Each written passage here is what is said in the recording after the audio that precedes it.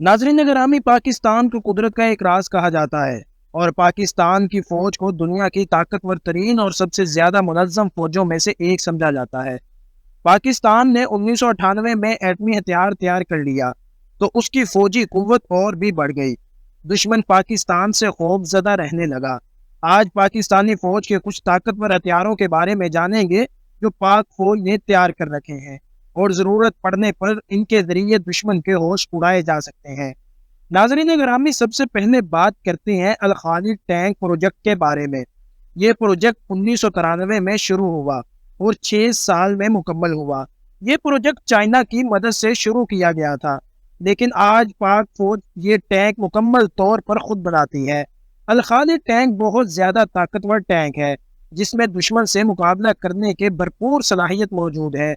अल Khalid tank में 125 millimetre की main gun इस्तेमाल की गई है जो 7000 मीटर तक फायर कर सकती है। अल खालिद टैंक की रफ्तार 75 किलोमीटर फी घंटा है।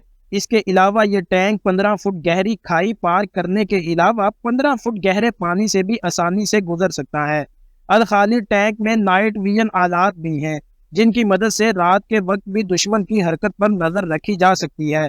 दिलचस्प बात यह है कि इसमें फायर कंट्रोल सिस्टम भी है, यानी कि आग को कंट्रोल करने का सिस्टम भी इस टैंक में मौजूद है।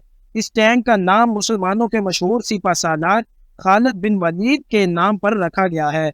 अब बात करते हैं माइंड ब्लास्ट बम्स के बारे में। माइंड ब्लास्ट ऐसे बम होते हैं जिन्हें जमीन के अंदर रखा जाता है और जब कोई भी इस पर से गुजरता है तो बम फट जाता है।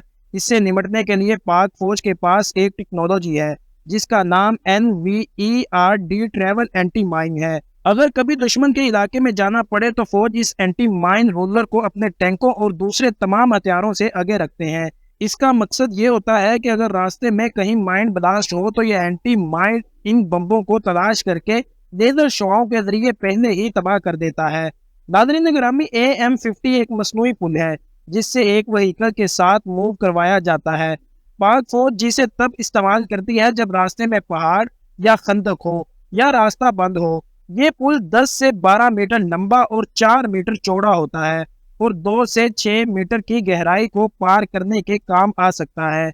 AM-50 को इस्तेमाल करते हुए पाक फौज इन रास्तों को भी पार कर सकती है जहां से आगे बढ़ना मुश्किल होता है। माइंड डिस्पोजेबल सिस्टम, ये टेक्नोलॉजी पाकिस्तान ने खुद बनाई है। माइंड डिस्पोजेबल सिस्टम एक ऐसी जबरदस्त टेक्नोलॉजी है जिसके जरिए एक व्हीकल 1 सेकंड में 5000 मिसाइल दुश्मन की तरफ फेंक सकती है। ये एक इंतहाई ताकतवर हथियार है जिसके जरिए दुश्मन को बगैर मौका दिए इसके इलाके में थोड़े वक्त में ही बड़ी तबाही फैलाई जा सकती है।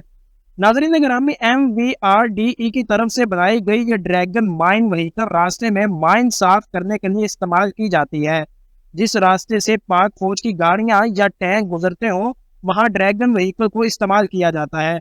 अगर कहीं रास्ते में कोई माइन हो तो ये ड्रैगन व्हीकल उस बम को फटने से पहले ही दूर फेंक देती है।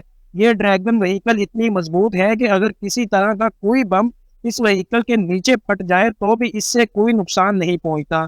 इस वजह से ये पाक फौज का एक अहम और कीमती हथियार है।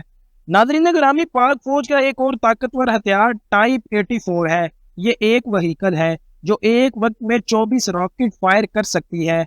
ये इस कदर ताकतवर हथियार है कि जंग में दुश्मन की जमीनी ताकत को तबाह करके रख दे। इसे पाकिस्तान ने चाइना से खरीदा है। चाइना ने यह व्हीकल 1984 में तैयार की थी। इसी वजह से इसे टाइप 84 कहा जाता है। EL-78 ये एक ऐसा हथियार है जिसे एयर टैंकर रिफ्यूलर भी कहा जाता है। ये फजा में दूसरे हवाई जहाज़ों में फ्यूल भरने के लिए इस्तेमाल होता है।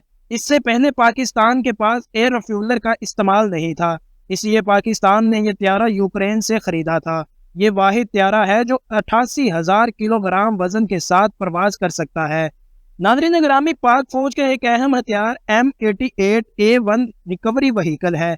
ये बख्तरबंद गाड़ी है जिसे पाकिस्तान ने अमेरिका से खरीदा है। जंग के दौरान आर्मी का गाड़ियों या टैंकों का नुकसान हो तो M88A1 के जरिए इन्हें मौके पर फिर से जंग में इस्तेमाल के लिए तैयार किया जा सकता है। इसके अलावा JF-17 थंडर का नाम तो आपने ज़रूर सुन रखा होगा कि एयरक्राफ्ट पाकिस्तान और चाइना ने मिलकर तैयार किया है और ये एयर टू एयर और एयर टू ग्राउंड बैक वक्त दोनों मिशन करने की सलाहियत रखता है।